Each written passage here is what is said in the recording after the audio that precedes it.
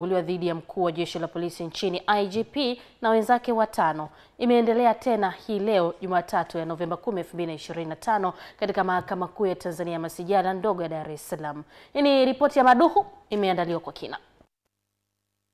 Kesi hiyo imetajwa mahakamani hapo leo kwa ajili ya kuanza kusikilizwa. Hata hivyo, upande wa jamhuri kiongozwa na wakili wa serikali mwandamizi Agatha Pima ulieleza mahakama kuwa kabla kuendelea na kiapo kinzani, jamhuri imekuja na pingamizi kuhusiana na shauri hilo. Amesema upande wa jamhuri uliagizwa na mahakama kuwasilisha kiapo kinzani hadi kufikia jana Jumapili, jambo ambalo wamelifanya, ila kwa kuwa jana haikuwa siku ya kazi, hivyo maelezo ya kiapo hicho kinzani wameyapatia upande wa pili leo. Baada ya kusikiliza hoja za pande zote mbili, baadaye Jaji Obadia Bwegoge anayesikiliza shauri hilo alikubaliana na hoja ya mawakili wa mleta maombi na kuahirisha kesi hiyo hadi Alhamisi ya Novemba 13, 2025 saa 4:30 asubuhi.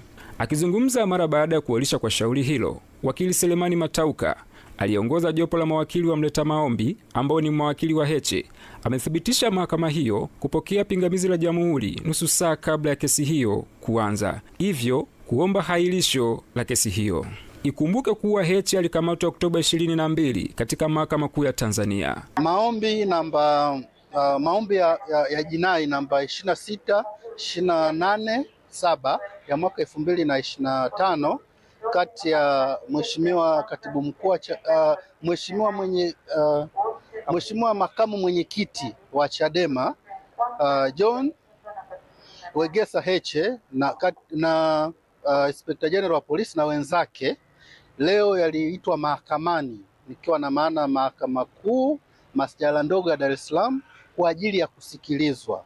Sasa kama ambavyo tulitaarifu umma tarehe iliyopita kwamba upande wa wajibu maombi waliomba kuleta majibu yao, nikiwa na maana kiapo kinzani kujibu yale maombi ya mleta maombi, na ni kweli wameleta majibu na yalikuwa yametakiwa kuletwa sio zaidi ya jana tarehe 9 mwezi wa 11 2025, na walifanya hivyo, na sisi leo waliweza kutupatia nakala.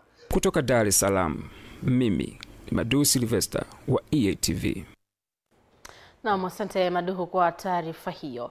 Chui dume aliyeua kondoo na mbuzi 33 na wananchi wa kijiji cha katika kijiji cha Mwalali